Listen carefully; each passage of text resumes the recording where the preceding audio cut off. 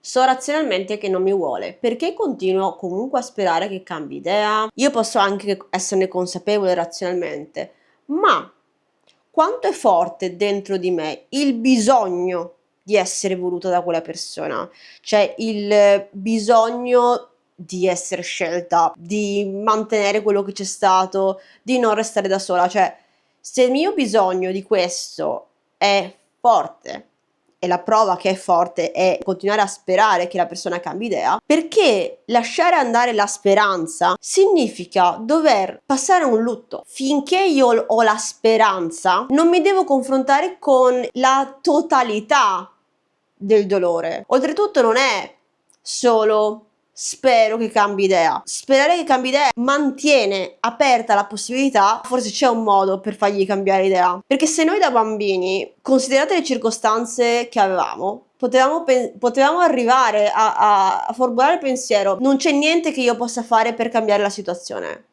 Cioè non c'è niente che io possa fare per evitare quel rimprovero, non c'è niente che io possa fare perché mio padre, mia madre, eccetera, o poi anche in adolescenza, nell'infanzia, l'amica mi voglia passare del tempo con me. Sarebbe terribile avere questa prospettiva che non c'è nulla che io possa fare. Quindi la speranza che cambi idea spesso è supportata da questa convinzione che c'è un modo per ottenere quello che io ho bisogno.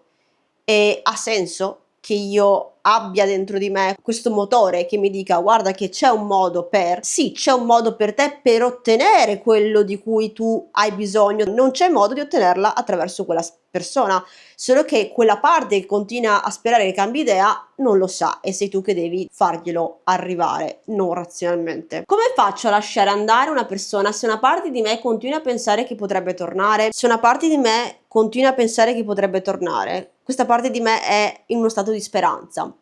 La speranza è un modo per non affrontare il dolore della mancanza. Se io dovessi lavorare su questo tema con un mio cliente, eccetera, la cosa su cui lavorerei è di intanto capire che proprio la ragione per cui non lascia andare è che una parte spera. Lasciare andare vuol dire far morire la speranza. Far morire la speranza cosa significa? Per questa parte. Può significare che non ci sarà più nessuno che mi darà quello di cui ho bisogno, che nessuno mi sceglierà mai, che non mi sentirò mai più così. Tutta una serie di mancanze magari che noi abbiamo avuto nel passato, quindi c'è una narrazione di scarsità, ovvero che amore, affetto, possibilità, opportunità, questo sul campo relazionale, sono estremamente limitate. Questa visione di carenza non è un mindset, cioè non è che uno ha deciso, ah, ho questo mindset, è basato sulle mie esperienze. Se io ho fatto l'esperienza crescendo che comunque c'era modo di ricevere affetto, di ricevere cura, di essere vista, anche se una persona non mi cagava, tra virgolette, questa cosa non bastava a togliermi, come dire, tutto quello che io già vedevo che era disponibile, no? Quindi dico, ok, non c'è da te, ci sarà da qualcun altro, ok? Questo non è un mindset che io sblocco così, c'è una narrazione profonda su cui io posso lavorare andando a incontrare la parte di me che è convinta che non ci sarà più nulla probabilmente, perché di solito la speranza, la parte che spera, è una parte che crede che sia l'unica possibilità di ricevere quella cosa. Ecco che il tuo compito sarebbe quello di incontrare quella parte e fargli arrivare che c'è amore, l'amore è disponibile e aiutarla anche a elaborare il lutto per la perdita. Cosa succede se smetto di sperare? Cosa sento se smetto di sperare? La speranza è un modo per evitare di provare un'emozione. Io cerco di nutrirmi di questa cosa che mantiene il canale attivo, che poi mantiene il fatto che io non riesco a lasciare andare una persona è perché rimango agganciata, cioè il mio sistema di attaccamento è ancora attivato rispetto a questa persona, cioè continua a pensare che questa persona possa essere la fonte di qualcosa, ok? E non riesce a vederne altre, ok? Quindi per quello continua a sperare. Il canale viene tenuto attivo dalla speranza, cioè io come se mi nutrissi di quella del potenziale di qualcosa. Nel momento che io ho questa prospettiva di carenza è meglio di niente, però non è meglio di niente, soprattutto perché ti ti impedisce di lasciare andare quella persona e questa cosa ti fa togliere i paraocchi e ti fa vedere che ci sono altre persone disponibili, altre fonti, che non è per forza un'altra persona, perché la fonte principale, io lo dico sempre, per soddisfare i nostri bisogni siamo noi, è interna. Siamo noi prima di tutto che dobbiamo darci quello di cui abbiamo bisogno, che non significa quello di ah, mi basto, è un altro presupposto. È il fatto che anche banalmente, se io ho bisogno di amicizia, di relazione di affetto, porca miseria, sono io che devo andare nel mondo e creare le occasioni per farlo. Sono in no contact da mesi, non guardo nemmeno più i social, ma nella mia testa è ancora sempre presente. Che cosa sto sbagliando? Assolutamente niente, stai utilizzando uno strumento che ti è stato detto che è lo strumento che risolve il problema quando non lo è. Tu cambi il comportamento esterno, ma l'attaccamento interno è ancora intatto. Pensiamo al no contact. Ha senso il no contact? Sì, ha una sua funzione. Perché se c'è un canale di attaccamento aperto con quella persona, vedere quella persona, parlare con quella persona, continua ad attivare il canale rimane intatto perché dentro di te senti che hai bisogno di quella persona.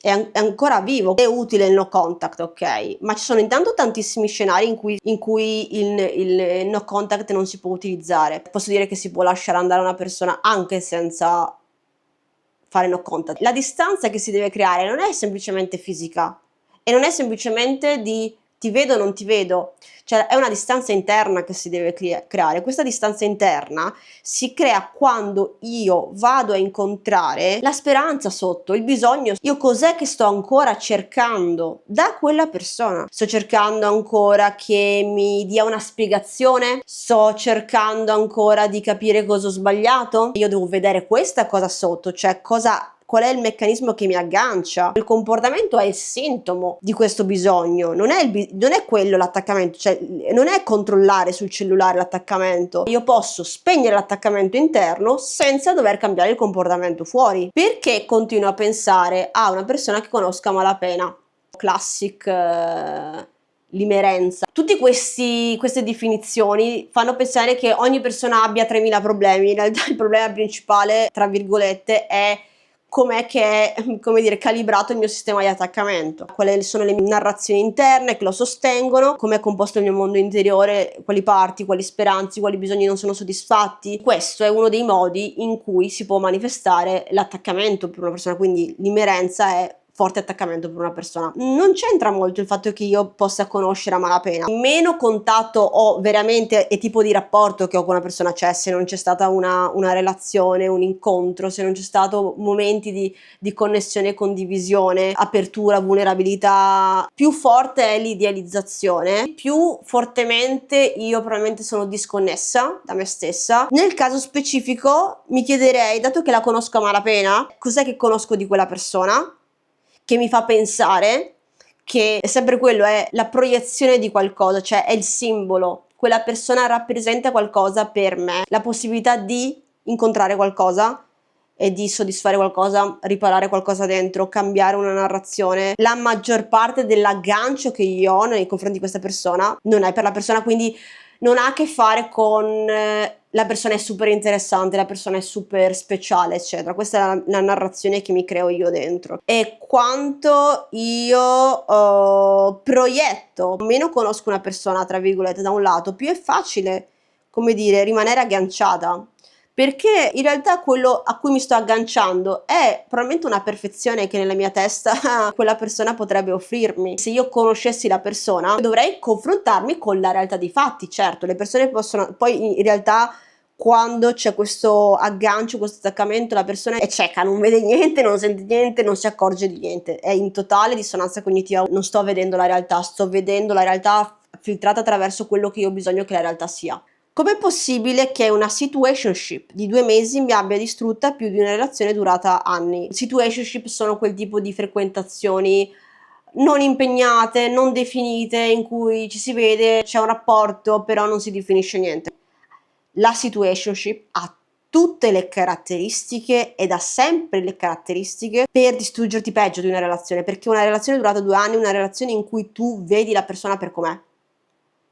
Durante la situationship quello che succede è che c'è tutto il turbinio, diciamo, di idealizzazione, speranza, questa persona è speciale, come mi fa sentire, di solito non c'è una definizione, quindi c'è una instabilità o ambiguità di fondo e questa cosa accende tantissimo il mio sistema di attaccamento. Dato che non c'è questa disponibilità, no? Nel momento in cui c'è quel momento di vicinanza, quel momento di connessione, eccetera, con la persona, il mio sistema lo legge come prova di qualcosa, mi dà, diciamo, una scarica di dopamina, di adrenalina, si crea proprio una sorta di intossicazione, nel senso che il mio sistema di attaccamento va totalmente in tilt, perché il fatto che una persona sia mai pienamente disponibile, a volte c'è tantissimo, il mio sistema dice ok, vuol dire che forse quella persona può esserci sempre a quel modo, figata, in realtà no, quello che mi sta mostrando è un pattern, quel pattern mi tiene agganciata, c'è l'intensità, tu ancora non hai visto quasi nulla di quella persona, cioè in 2 mesi tu la persona non la conosci, sei convinto di conoscerla. Perché dico che non la puoi conoscere? Uno dice no, ma siamo state tanto assieme, abbiamo parlato di tutto. Anche se passassi tutti i giorni assieme con una persona per 2 mesi, tu non vedi la persona intera si vede nella sua capacità, nel tempo. Per 2 mesi io posso fingere, per 2 mesi io posso ma non è detto che una persona finga, ma per 2 mesi io posso mostrarti un lato di me, ma questo lato di me io non riesco a mantenerlo, cioè è come se io ti mostrassi la mia capacità di correre super velocemente, ma non ho la capacità di fare una maratona. Se la relazione si sarebbe portata avanti più a lungo, proprio questo sarebbe successo, che tu avresti visto proprio la carenza di quella persona, sarebbe sceso, no, diciamo, anche il cocktail biochimico che ti fa dire oddio, oddio, oddio, questa cosa, la chimica, cioè l'anima gemella. Avresti visto i limiti di quella persona in una relazione di 2 anni, quello che lasci andare è la persona, non l'idea che ti sei costruito di quella persona. È più facile lasciare andare una persona che una fantasia. Io posso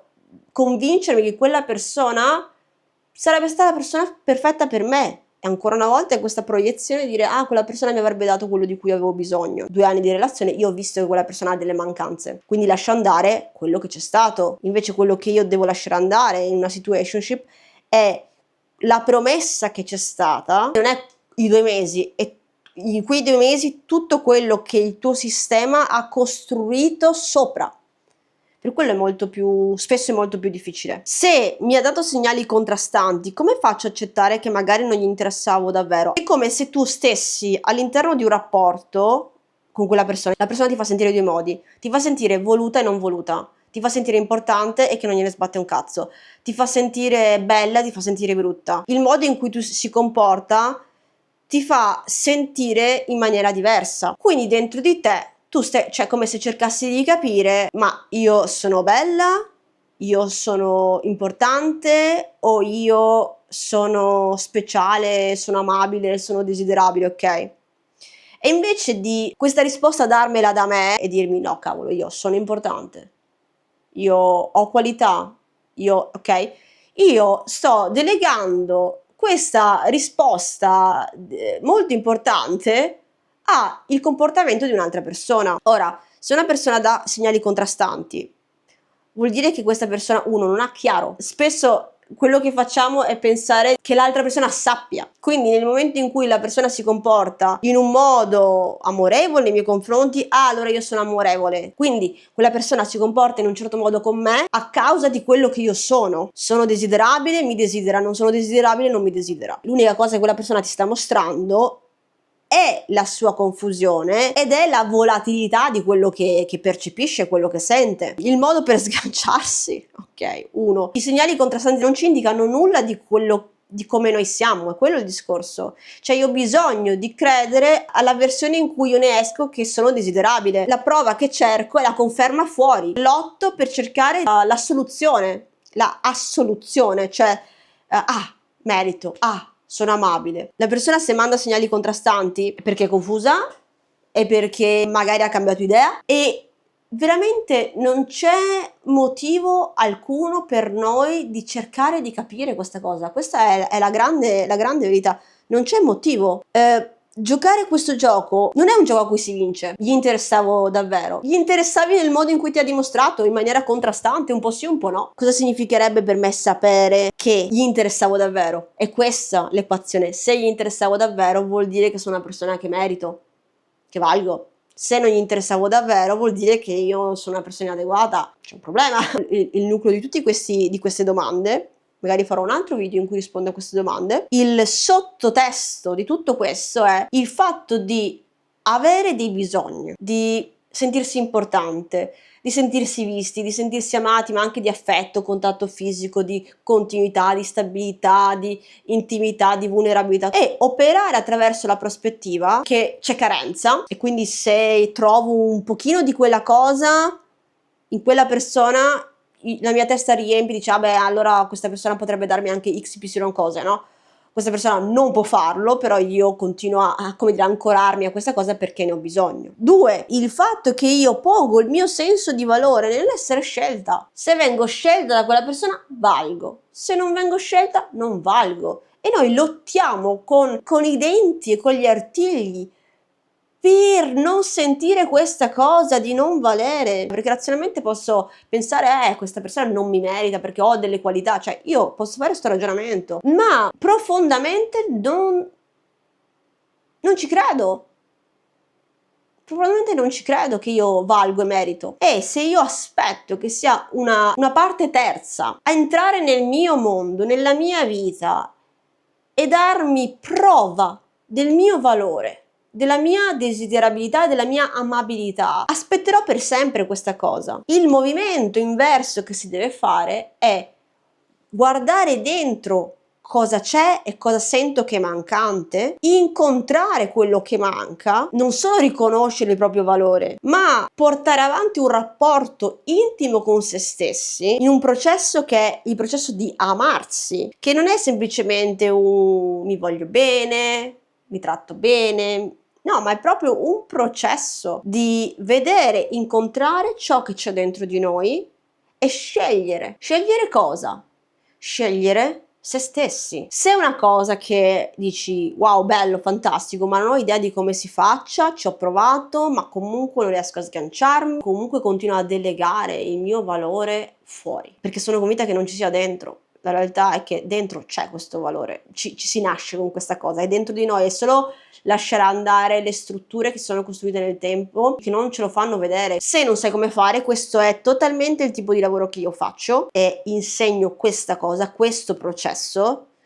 Non è una cosa teorica, non è un incoraggiamento, dai che meriti di più, bla bla bla bla, ok? È come fare il lavoro interiore che ti porta a sentire fino in fondo che meriti di più, che col cavolo che stai dietro a quella cosa. Se ti interessa ti lascio il link in descrizione dei prossimi passi che puoi fare per cominciare un percorso con me e sbloccare questa cosa. Un abbraccio, ciao!